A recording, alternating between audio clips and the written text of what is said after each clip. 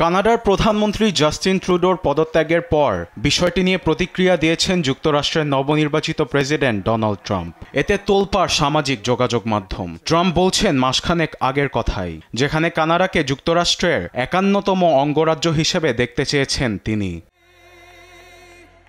সোমবার সামাজিক যোগাযোগ মাধ্যম ট্রুথ সোশ্যালে আবারও বিতর্কিত মন্তব্য করে সমালোচনার কেন্দ্রবিন্দুতে ট্রাম্প। কানাডার বেশিরভাগ মানুষ দেশটিকে যুক্তরাষ্ট্রের ৫১তম অঙ্গরাজ্য হিসেবে দেখতে চায় বলে দাবিও করেন তিনি। এতে যুক্তরাষ্ট্রের আর হবে না বাণিজ্য ঘাটতি, ভর্তুকির দুশ্চিন্তাও পোহাতে হবে না কানাডাকে, যার জন্য ট্রুডো পদত্যাগ করেছেন বলে দাবি ট্রাম্পের। কানাডার অভিবাসন নীতি নিয়ে ট্রুডোকে ২৫% শুল্কের হুমকি দিয়েছিলেন ট্রাম্প, কিন্তু কানাডা মার্কিন অঙ্গরাজ্য হলে সেই শুল্ক কমানোর প্রতিশ্রুতি দিয়েছেন তিনি। বলেছেন রাশিয়া ও চীনের জাহাজ থেকে নিরাপত্তার ব্যবস্থা করবেন। একই সঙ্গে কানাডা ও যুক্তরাষ্ট্র বিশ্বের সবচেয়ে উন্নত রাষ্ট্র হবে বলে জানিয়েছেন ট্রাম্প।